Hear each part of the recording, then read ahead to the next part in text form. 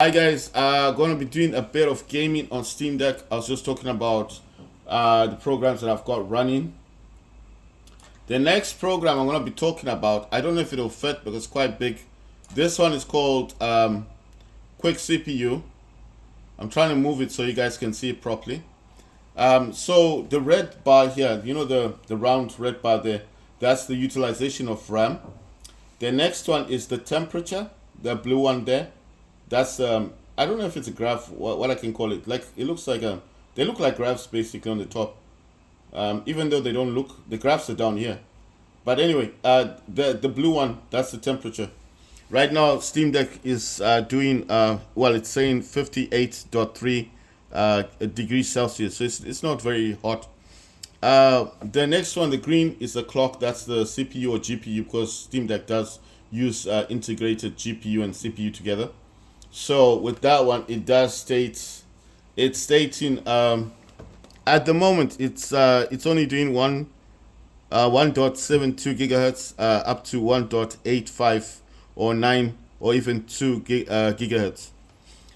It's only saying that because I'm not gaming. Once I start gaming, that will jump to 3.5. It will do what I wanted to do with the AMD power control panel. So that's what I like about the quick CPU.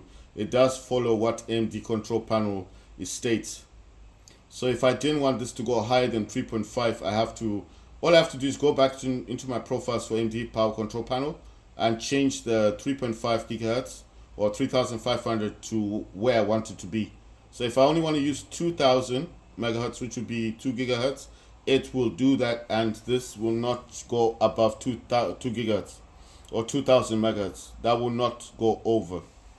So you can actually control the Steam Deck's CPU processor using AMD Power Control Panel with Quick CPU.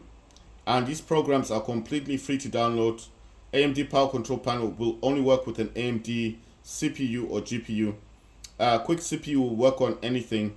I mean, this works on my laptop. My laptop's Intel. It has no AMD on it. It's got NVIDIA on it, and it works on my laptop. So that's why I'm saying Quick CPU will work on anything. What Quick CPU does is it's a power plan. It also unpacks your cores, and it actually tells you what your utilization for RAM is. It will tell you what the temperature is for your computer, laptop, PC, or Steam Deck. Like I'm using Steam Deck. It will tell you the temperature, real-time temperature of the Steam Deck while you're playing the game. So if you've noticed that every time your Steam Deck crashes, it blue screens, you don't know why it's doing that, it just constantly crashing, you can use Quick CPU to check the temperature because this is real time. But you do need to have an external monitor because the only way this is going to work properly for you to monitor the temperature is that you would need an external monitor to check this. You understand? So what I'm actually stating here is that you can use your eyes to look at it. It's fine. But what I'm saying is that okay, when I say your eyes, I mean, look, if you're just gonna be looking at your Steam Deck all the time, playing a game, trying to jump back into quick CPU, you can the Steam Deck screen is quite small. You see how small the screen is, and look how big this program is.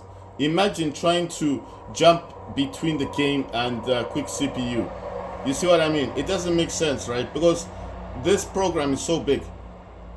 And every time you close this program, it will go into the tray. The tray, on Windows, on the taskbar, goes back into the taskbar. But you have to consistently be opening. You have to keep opening it up because you cannot have it running in the background with Steam at the same time. It's like if you especially if you're playing games, you need an external monitor. It makes sense. That's why I've got my Acer monitor attached to the hub.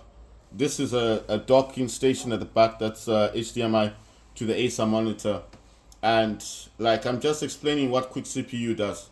Unpacks your cores, shows you your temperature, your RAM utilization, and it shows the gigahertz, the speed of your CPU or GPU. Like Steam Deck is integrated with both CPU and GPU. So what I'm stating to you guys is this. Rather than trying to jump in between your game on Steam and the quick CPU, because that will consistently go into your tray and you have to consistently be having to open it up. That's why when I said looking at, you can look.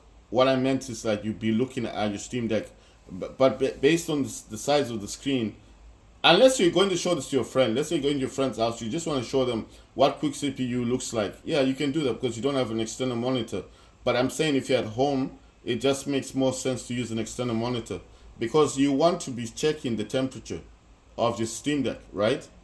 Maybe you're blogging and you want to tell people, oh, this new game, I'm playing this Black Ops 6, and every time it blue screens the Steam Deck, it's reaching a high temperature. You can actually show them this in real time. That's what I'm saying. If you drag and drop this onto an external monitor, right, you can show them the game playing, and when it blue screens, you could have another camera facing this direction to the monitor, showing the temperature it's reaching and why it keeps blue screening. You see what I mean? You could do this as a blogger. I don't have that kind of talent. I mean, I don't have the software for doing that, so I don't really bother myself.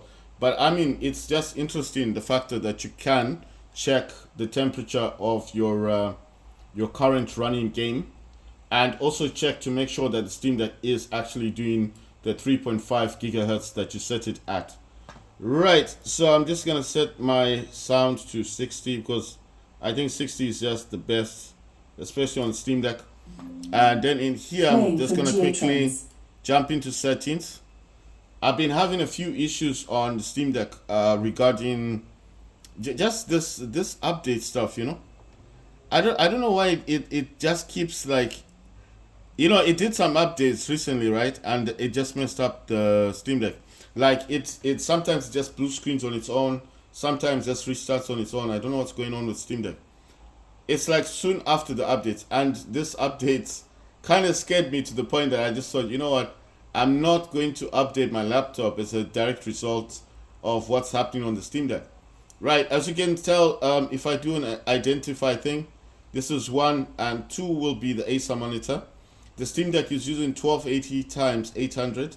That's the normal resolution. Number 2 is doing actually 1920 by 1080, which is the Acer monitor, but like I said, it's just an external monitor that I use when I want to do gaming. Like I said, I do have I have programs that I want to look at and check, and there are programs that I want to use, on the Steam Deck. So I just like having it at 1920 by 1080. I mean, it's a bigger resolution. The Steam Deck, I don't mind when it's like this. It's perfect for gaming. Right, so I'm going to jump back into sound. And I like to come in here and check it's saying 60. That's fine. Then I'm going to scroll downwards to the mixer. This one normally sets everything at 100%. So I like to come in here and just set these back down to 60. I don't know why this happens, but it does do that. So I'm going to set both. It says system sounds was 100. I put it to 60. Steam was at 100. I set that down to 60. Right, so those are now done. And you can see the main volume is 60. But I just do this as a precaution. So everything's fine.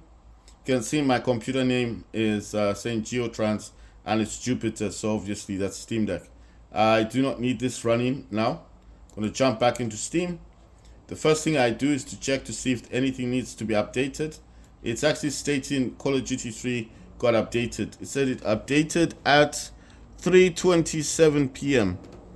Yeah, that's interesting. It says the update was 2 gigabytes. Right, so that's interesting. I like to come in there because I like to get that out of the way. I don't know why, but it seems like the screen isn't that bright. Let me just, yeah, you see? You know what I mean? It looked like it was quite dim. So I'm just using Windows Mobility Center, but sometimes I do jump into the settings just to see and make sure that it's actually running the way that I want it to run. Right, so I'm going to state the programs I'm using in the background. Windows Mobility Center, sound, a set timer resolution, quick CPU is my power plan. Like I said, I don't use ultimate performance or high performance. I'm using DS for Windows. That's for the DualSense controller because that's the program that I'm using with the DualSense controller.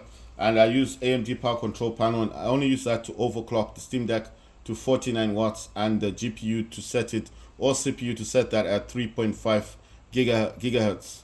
And unpacking, of course, is used with in conjunction with AMD Power Control Panel and Quick CPU, because they both unpack cores.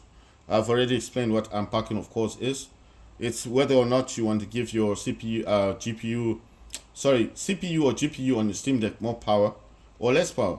It depends what games you play. If you're playing 3D games, AAA games, then you need to unpack all your cores. Obviously, if it's 4 cores, unpack all of them. But if you're just playing the 2D cartoon type games, it really depends. If it's a 3D game, you still need to unpack all your cores. But if it's like a platform game, the 2D type, like 2D is like that, it's flat, right? 3D is like, what 3D is, like Call of Duty. But if it's a flat type game that's a platform, then maybe 2 cores is okay. Limits the speed. Limit the cores. It's to protect your battery and obviously protect your Steam Deck. But if you are playing 3D games, you do need to overclock your Steam Deck as much as possible.